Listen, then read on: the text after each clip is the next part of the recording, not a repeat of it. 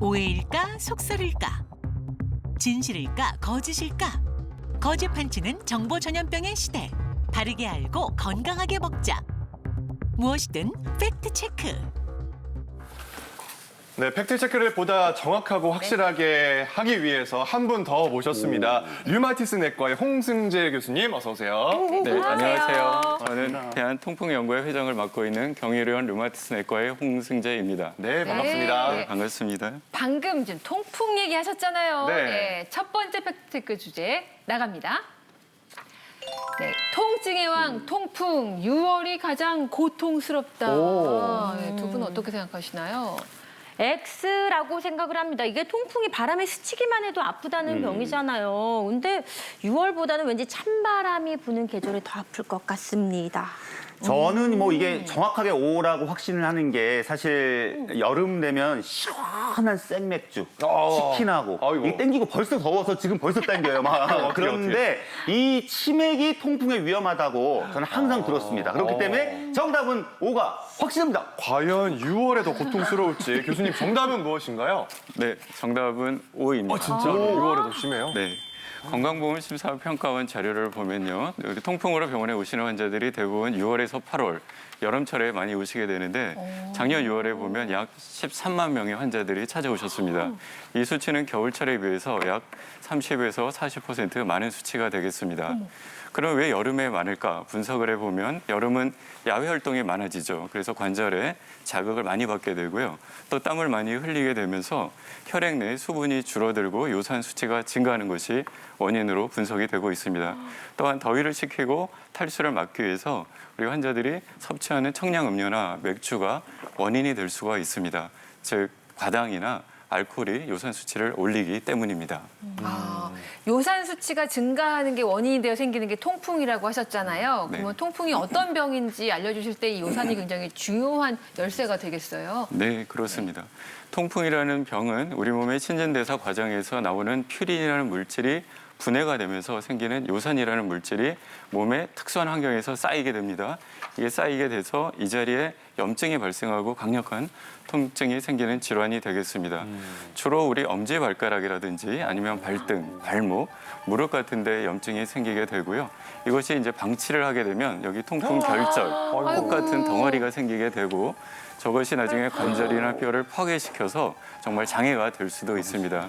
또 세월이 흘러가면 만성이 되면 이러한 요산 결정체가 콩팥이나 심장에도 쌓여서 우리 신장병, 또 요로 결석, 또 심장병 같은 합병증이 생길 수도 있습니다. 네. 제가 예전에 관련된 다큐멘터리를 보니까 멀쩡하시던 분이 막 떼굴떼굴 구르면서 아파하시더라고요. 이 통풍 왜 이렇게 통증이 심한 건가요, 교수님? 네.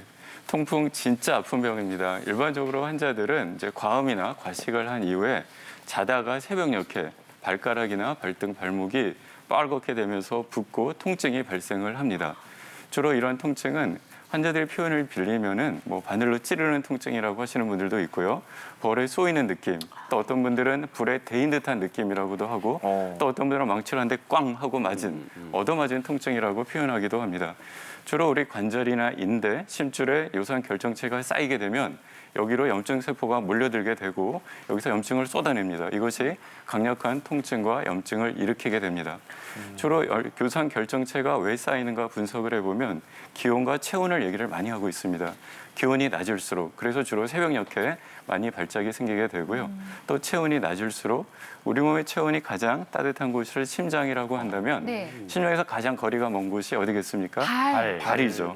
엄지발가락이나 발등, 발목에 통풍 발작이 잘 생기는 이유가 되겠습니다.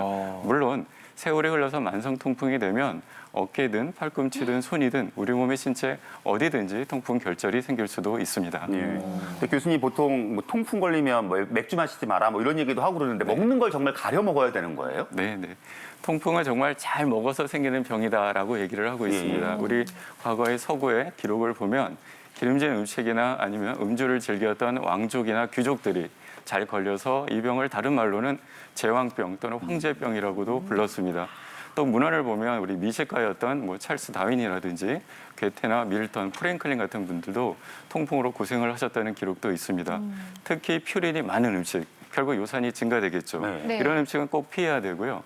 또 어떤 음식은 요산 배출을 도와줍니다. 그래서 이런 음식은 저희가 적극 권장하고 있습니다. 그러니까 음식이 굉장히 중요할 것 같은데요. 그래서 지금 이 앞에 준비를 했습니다. 설명 좀 부탁드릴게요. 예, 우선 그 요산 배출을 도와주는 음식은 요 앞에 나와 있듯이 커피, 그다음에 비타민 C 많은 그 과일, 우유나 치즈 같은 유제품들이 있습니다.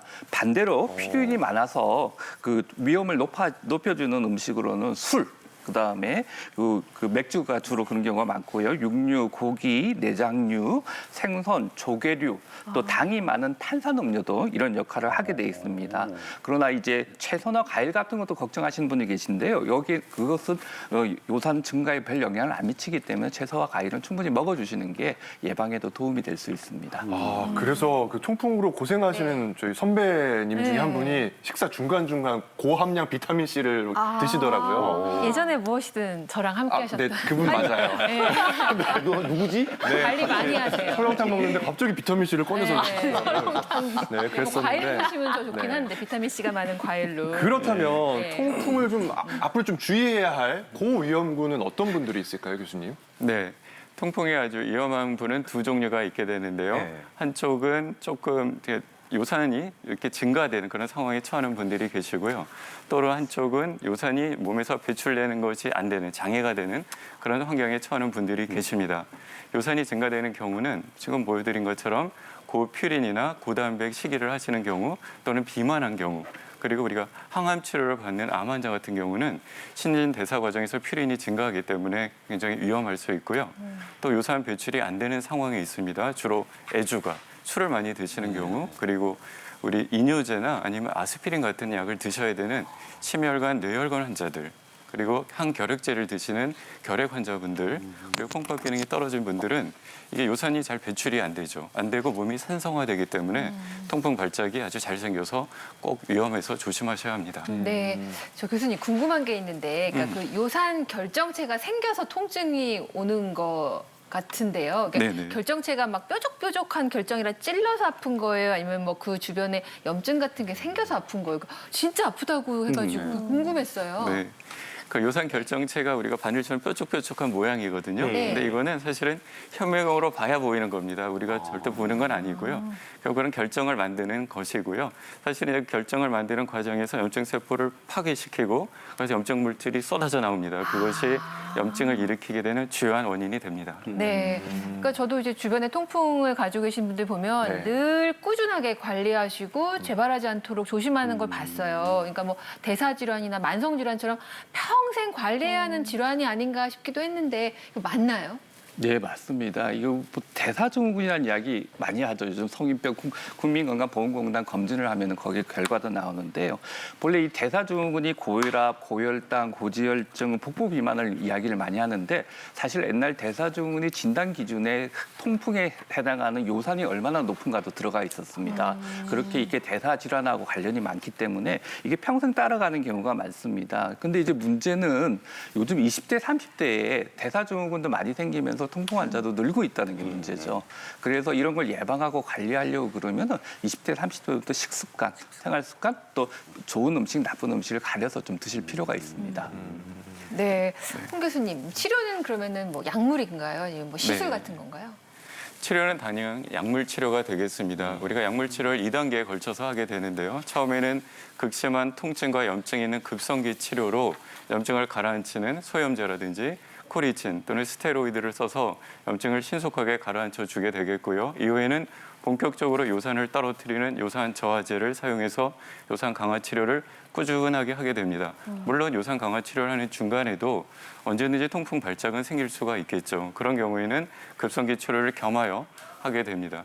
초창기에 이렇게 치료를 하게 되지만 나중에 이게 만성인의 통풍 결절이 생기거든요. 혹같이 단단한 큰 덩어리가 생기게 되면 수술적으로 제거해 줄 수는 있습니다. 하지만 결국은 이 몸 자체가 이런 결절이 잘 생기는 상황이기 때문에 약물 치료를 정기적으로 요산 수치를 측정하면서 꾸준하게 해주시는 것이 가장 중요합니다. 네, 알겠습니다. 자, 교수님 지금 6월입니다. 아까 6월이 가장 고통스럽다고 말씀해 주셨는데 이 달을 잘 넘겨야 될 거 아니에요? 네. 주의해야 할 특급 비법 좀 알려주실까요? 네. 통풍 환자의 생활 수칙 중요한 것을 몇 가지 말씀을 드리겠습니다. 특별히 여름철에 주의하시면 좋겠는데요. 가장 중요한 것, 술을 멀리하라입니다. 특히 맥주는 통풍 유발의 주범입니다. 반드시 금하셔야 되고요. 혹 회식에 술을 드셔야 한다면 우리 와인 한두 잔 정도면 될 것 같습니다. 또한 안주를 드신다면 고기보다는 유제품이 많이 들어있는 이런 채소류 중심으로 드셔야 될 것 같고요. 또 중요한 것이 물을 충분히 마시는 겁니다. 탈수가 되면 통풍에 유발이 되고요. 또 수분을 공급해주면 요산을 배출해주는 효과가 있습니다. 그래서 여름철에는 하루에 2리터 이상 충분히 물을 마시는 것이 중요합니다. 네 번째는 몸매 관리에 신경을 좀 쓰시면 좋은데요. 네. 우리 적정한 체중 관리는 통풍 예방에도 도움이 되고 대사증후군에도 굉장히 중요한 예방적 효과가 있기 때문에 적정한 체중을 유지해 주시는 것이 아주 중요하겠습니다. 마지막으로 정기적으로 요산 수치를 측정해 보시기를 권하고 있습니다. 혹시 내가 통풍의 고위험군은 아닌가 확인을 해보기 위해서 우리 정기적인 요산 수치를 측정해서 확인해 주시는 것이 꼭 필요하겠습니다. 네.